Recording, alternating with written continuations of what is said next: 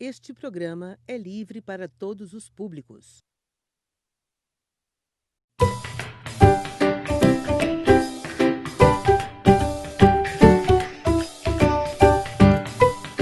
Boa tarde, querido aluno, querida aluna. Eu sou a professora Joyce Oliveira Pereira, e hoje nós vamos assistir mais uma aula de História que faz parte do projeto Em Cada Casa Uma Escola. Nós iremos até você, da Prefeitura de Rosário, realizado também pela Secretaria Municipal de Educação, a CEMED. Você pode nos acompanhar na TV Rosário e também nós estamos lá no canal da CEMED, no YouTube, e aí você vai lá e se inscreve e também ativa o sininho para receber todas as nossas atualizações. O assunto da aula de hoje vai ser a Primeira República, as oligarquias e conflitos no campo. No nosso livro didático, esse assunto está da página 19 até a página 26.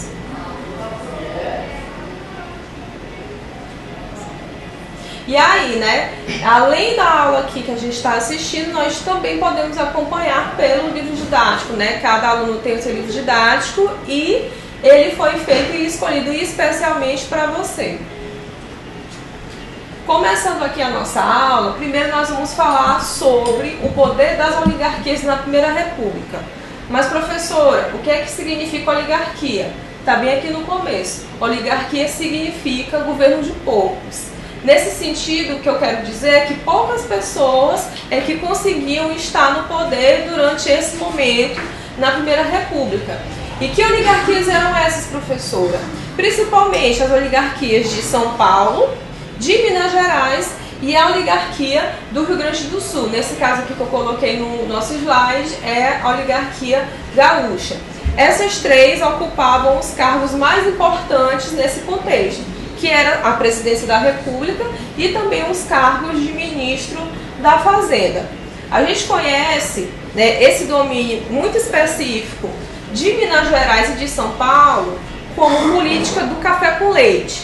E aí, esses dois grupos, eles exerciam uma hegemonia, ou seja, uma influência muito grande nesse período para a escolha desses dois cargos. Só que em 1910, por exemplo, o Hermes da Fonseca, que ele era do Rio Grande do Sul e era apoiado por Minas Gerais, ele conseguiu vencer o Rui Barbosa, que era o candidato de São Paulo. E também um outro exemplo que nós temos é que o Rio Grande do Sul, ele também tinha grande poder no Congresso Nacional, com a ajuda da bancada nordestina no Congresso Nacional. Aí aqui, eu fiz essa imagem para que vocês possam entender melhor, Esse círculo azul é a República Velha e aqui nós temos, por exemplo, as principais oligarquias nesse contexto. São Paulo, Minas Gerais e Rio Grande do Sul, que estão se alternando dentro desse centro de poder. Mas quem nós temos também exercendo influência nesse contexto? Temos bem aqui, o Nordeste exercendo uma força, no caso, entre Minas Gerais e Rio Grande do Sul. Nesse contexto também, nós vamos ter tentativas de proteção ao café. Por quê, professora? Porque desde o segundo reinado, o café ele era o principal produto de exportação do Brasil. Lembrando que aqui nós já estamos no século XX e o Brasil ainda era um país agroexportador, ou seja, só produzia e vendia produtos agrícolas para fora, não tinha uma grande indústria, então já tinha uma economia bastante deficiente. E aí, por conta dessa estrutura toda, houve um aumento contínuo da expansão da zona cafeeira no Vale do Rio Paraíba, que está bem aqui, entre Minas Gerais e São Paulo. Se você observar bem aqui no gráfico, vocês vão perceber, a expansão das zonas cafeeiras que vão acontecer ao longo do século XIX e também no início do século XX. Só que isso criou um problema. Que problema foi esse? Uma crise de superprodução. E isso acabou baixando o preço do café no mercado internacional, porque isso tem a ver com a lei da oferta e da procura. Professora, eu não lembro o que é isso. É só a gente pensar, Aqui no Maranhão nós estamos num tempo de manga. Hoje você pode comer manga facilmente, você pode comprar a manga por um preço que ele é mais baixo. Mas se eu quiser comer a manga, por exemplo, no mês de fevereiro, no mês de março, eu já vou conseguir encontrar essa manga por um preço, né, mais alto, porque não é o tempo dessa fruta aqui no nosso estado. E o que foi que o governo brasileiro resolveu fazer para tentar, né, restabelecer o preço do café, um preço alto, que pudesse dar lucro a esses fazendeiros? Em 1906, contraiu empréstimos para comprar estoques de café, mas isso não surtiu efeito, porque em 1907, 19 mil sacas desse produto deixaram de ser vendidas.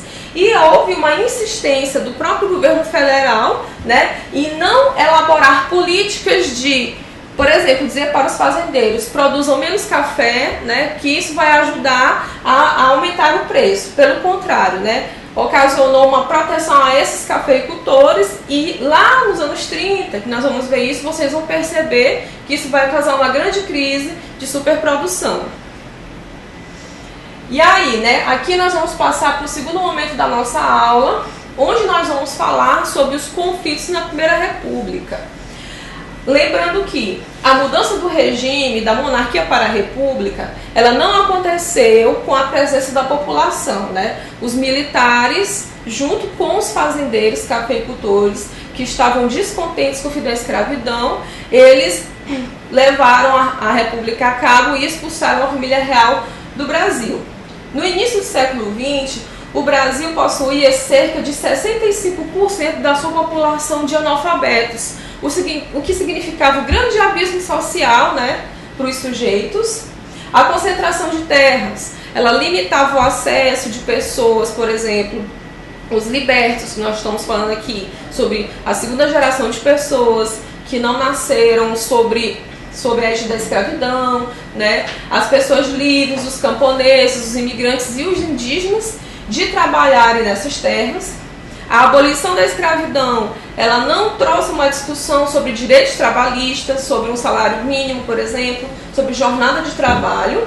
E pela extensão territorial do Brasil ser muito grande, né, o catolicismo, ele se difundiu aqui no nosso país, muitas vezes pelo viés do catolicismo popular. E isso possibilitou o surgimento de movimentos messiânicos e também de lideranças religiosas dentro desses espaços. E aí o Brasil vai chegar ao século XX como um barril de pólvora prestes a explodir, né? Um exemplo para falar sobre esses conflitos. Bem, aqui eu selecionei, né, é uma fotografia que fala da seca de 1915, que graçou aqui o nosso Nordeste, principalmente a região do Ceará, onde muitos migrantes, eles iam para a região, principalmente de Fortaleza, e ficavam vagando pelas cidades em busca de melhorias de vida. Dentro desse cenário, né, nós vamos ter a Guerra de Canudos. Canudos foi um dos primeiros movimentos messiânicos. Professora, não sei o que isso quer dizer. Movimento messiânico está baseado na ideia de um líder, né, de um Messias, ou seja, de alguém que vai guiar um grupo, alguém que vai salvar este grupo. A Guerra de Canudos, ela é considerada um movimento messiânico. Por quê? Porque vai ter um sujeito que é o Antônio Mendes Maciel. Ele era cearense, estudou para ser padre, abandonou essa profissão e, quando adulto, trabalhou como advogado e professor. A partir de 1871, ele começou a peregrinar pelos sertões de Sergipe, Pernambuco e Bahia, organizando mutirões para ajudar os sertanejos. E aí, a partir, né, dessa ação que ele vai ter, ele vai ser nomeado de Antônio Conselheiro. Em 1893, ele vai fundar, junto com os seus seguidores, um povoado comunitário nas margens do rio Vaza Barris, na Bahia, chamado de Belo Monte. Essa comunidade, ela era baseada no trabalho agrícola coletivo e chegou a ter cerca de 20 a 30 mil habitantes. Essa aqui, por exemplo, é uma figura que demonstra, se vocês perceberem, a quantidade de casas que havia na comunidade de Belo Monte aqui, né, no período da Guerra de Canudos. O que foi que aconteceu com essa comunidade? houve, né, um movimento, principalmente dos grandes fazendeiros, dos latifundiários. Eles estavam descontentes. Por quê? Nessa época, o Nordeste, a economia rodava principalmente em torno da cana-de-açúcar. E muitos desses trabalhadores que deixavam de estar nas fazendas foram para Canudos. Então, esses latifundiários começaram a espalhar que os moradores da comunidade eles eram monarquistas. Eu até destaquei aqui para vocês, né, que os fazendeiros estavam descontentes com a falta da mão de obra nas lavouras de cana, que esse grupo de trabalhadores era chamado de bagaceira, né, uma expressão que a gente usa continuamente hoje, mas que tem a ver com isso. E aí, a partir desse descontentamento dos fazendeiros, né, o governo federal começou a mandar expedições contra essa comunidade, que ao total foram 4. A primeira aconteceu em novembro de 1896, a segunda em janeiro de 1897, a terceira em março de 1897, a quarta e a última aconteceu entre abril e outubro desse mesmo ano de 1897. As primeiras expedições elas não conseguiram ter sucesso porque esses sertanejos conheciam os sertões, conheciam a caatinga, então eles conseguiam se movimentar muito bem nesse espaço, ao contrário dessas tropas que geralmente vinham do Rio de Janeiro, né? Eles tinham conhecimento geográfico da região.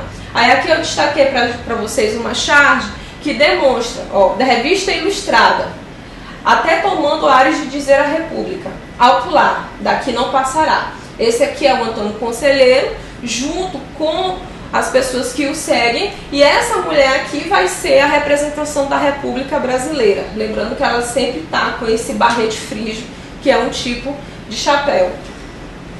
Aqui eu tenho 2 fotografias do contexto que vão apontar, né, o poder bélico, por exemplo, que foi usado na última expedição do governo federal. Se utilizou de canhões para combater homens e mulheres e crianças que apenas tinham facas, armas armas de fogo de pouco calibre. E esse aqui são mulheres e crianças que foram presas após o fim da Guerra de Canudos, onde essa população ela foi dizimada e Antônio Conselheiro foi morto. Nesse período também, lá no sul do Brasil, nós vamos ter um conflito chamado Guerra do Contestado. Contestado por quê? Porque essa região aqui, que eu coloquei no mapa, onde aconteceu o conflito, era uma região disputada entre Paraná e Santa Catarina. Esse conflito aconteceu entre 1902 e 1916. Quais eram as questões envolvidas? Os pequenos agricultores, os poceiros, eles foram expulsos pelos fazendeiros de seus territórios, né? A construção da estrada de ferro entre São Paulo e Rio Grande do Sul também desalojou muitas dessas famílias camponesas.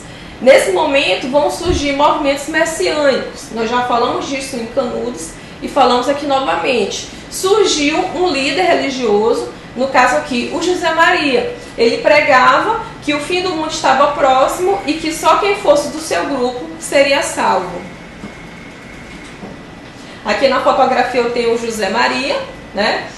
Esses sujeitos que foram expulsos de suas terras, né? Esses operários que trabalharam na construção da estrada de ferro e foram proibidos de viver à margem das estradas e foram demitidos, eles se juntaram a esse grupo do José Maria e aí eles começaram, né, a ansiar por terra, por melhores condições de vida e juntando isso à religiosidade popular que havia envolvido, acabou levando a região a ficar cada vez mais tensa. E aí, em 1912, o governo estadual e federal resolveu investir contra esse grupo. Eles também foram acusados de serem fanáticos e de estarem pregando a volta da monarquia. Com isso, em uma peregrinação que o monge e o seu grupo fizeram para a cidade de Irani, eles acabaram sendo atacados e nesse ataque o monge acabou sendo assassinado. A partir disso, uma crença do grupo vai apontar que ele vai voltar, né, e vai levar esse povo para essa condição que eles estão que eles estavam ansiando, e 3 meninas começaram a dizer que recebiam visões e mensagens do próprio monge José Maria. Aí aqui, após a morte do monge, esse movimento ele acabou se tornando político e os sujeitos começaram a reivindicar o direito à terra e à liberdade religiosa. Porém, o governo federal, nesse contexto, ele não tinha muito o papel de tentar dialogar, tentar compreender esses sujeitos, né? O que foi que ele resolveu fazer? Enviou 2/3 do exército para poder combater o grupo, usou canhões e pela primeira vez na história do Brasil usou também aviões como armas de guerra. Em 1915, a falta de alimentos, as doenças e a violência do exército enfraqueceu o movimento, né? O saldo disso foram 20 mil mortos e em sua maioria muitos sertanejos, e em 16 o conflito ele acabou. Aí aqui nós temos uma fotografia de sertanejos, né, que estavam no movimento do contestado, e aí observem, né, nós temos principalmente aqui homens que usam as bombachas, né, usam chapéus, que é costume nessa região do país, mas que portam geralmente armas de fogo ou facas. E aí pensem, né, a diferença desse tipo de armamento para o uso de canhões e o uso também de aviões, no caso do Exército Brasileiro. Voltando aqui para o Nordeste, né, nós vamos falar sobre o cangaço. Provavelmente o cangaço ele é o movimento da Primeira República, né, e também depois dos anos 30, que vai ser mais conhecido aqui por nós nordestinos. Só que o cangaço ele é um fenômeno social que existe na região desde o século XIX. Vai começar por volta de 1870. O primeiro cangaceiro que nós vamos ouvir falar vai ser Antônio Silvino, né? E aí ele vai ser preso em 1914, depois ele vai ser seguido por outro cangaceiro, que é o Sebastião Pereira, e o Virgulino Ferreira da Silva, nós vamos falar aqui o Lampião, ele vai entrar em 21 nesse bando do Sebastião Pereira. O que os cangaceiros faziam? Eles promoviam assaltos, sequestros a fazendas, bancos e estabelecimentos comerciais. Sobretudo aqui no Nordeste, existe uma visão dupla sobre o fenômeno do cangaço. Muitas pessoas colocam os cangaceiros como heróis, mas também o cangaço ele pode ser visto como um movimento de banditismo social. Por que, professora? Porque os cangaceiros também faziam alianças com os latifundiários se isso fosse do seu interesse, né? Eles matavam coronéis, mas eles também faziam alianças com os coronéis caso fosse interesse para manter a sua sobrevivência. E aí eles também fazem parte do repertório de violências, ou seja, do conjunto de práticas violentas que haviam no Nordeste nesse período, como por exemplo a vendetta, que é a vingança de sangue. O que é isso, professora? É alguém matar um parente da sua família e você jurar vingança essa mesma família e matar alguém. Então isso era um ciclo que existia aqui no Nordeste desde o período colonial, e também havia conflitos entre os latifundiários procurando expandir as suas áreas de cultivo e a opressão dos pequenos proprietários e dos pobres que viviam nessa época. Aqui a gente tem uma fotografia colorizada, tá, dos cangaceiros. Eu vou pedir que vocês tomem atenção, né, para a questão das roupas. Nós vamos falar disso posteriormente. Eles sempre andam, né, com essas roupas, principalmente de couro, porque andavam dentro dos sertões também, mas eles usavam de bastante acessórios, que a gente vai conversar sobre isso daqui a pouco. O bando mais famoso, que nós mais conhecemos, vai ser o do Virgulino Ferreira da Silva, o Lampião. Eu escolhi uma foto dele aqui, que inclusive ele gostava muito de ser fotografado, né? Tem várias fotos dele e da família, e tem até um filme dele que é chamado Baile Perfumado. Ele gostava de se mostrar. Ele nasceu em Pernambuco, onde hoje é Serra Talhada, e ingressou no cangaço, né, em 21, liderando esse grupo por quase 20 anos. Quais eram as táticas que eles usavam? Atravessavam os sertões, enganando as volantes, que eram as tropas, né, por exemplo, do município, do estado e do governo federal, dormindo entre a caatinga. Eles andavam e apagavam os seus rachos com folhas e dormiam em lugares de difícil acesso, onde, por exemplo, carros não passavam e nem os animais passavam, geralmente dormiam dentro das grutas. Eles fabricavam as suas próprias roupas, os homens bordavam, né? E a Lampião se atribui à música Olê Mulher Render, Olê Mulher Rendar, né? Que a gente canta geralmente quando nós somos pequenos.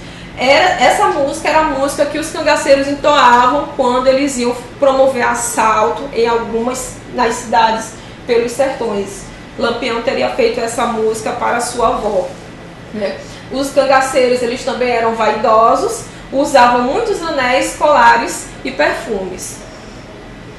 Como eu coloquei aqui, né? Para vocês observarem as vestes, aqui eu coloquei uns exemplos. Esse aqui é um bornal, que é um tipo de bolsa que eles utilizavam, né? Toda bordada. Eles mesmos que bordavam essas peças, né? Aqui temos outro bornal e um chapéu, que talvez é o símbolo do cangaço, que seja mais conhecido atualmente hoje no Nordeste. Em 1938, o bando de Lampião ele foi localizado na fazenda de Angicos, em Sergipe. Ele, Maria Bonita, que era a sua companheira, e mais de 9 cangaceiros eles foram mortos. As suas cabeças foram decapitadas e expostas como exemplo, né? E aí, como eu já falei, existe uma romantização da figura dos cangaceiros, sobretudo no Nordeste, onde o cangaço se tornou um símbolo de resistência e até tem uma perspectiva de afirmação de identidade do que é ser nordestino.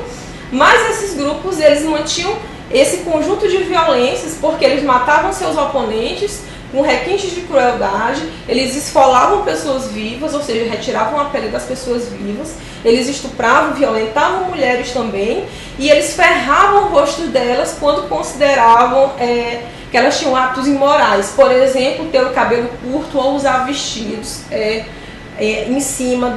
acima do tornozelo. Pode passar, por favor.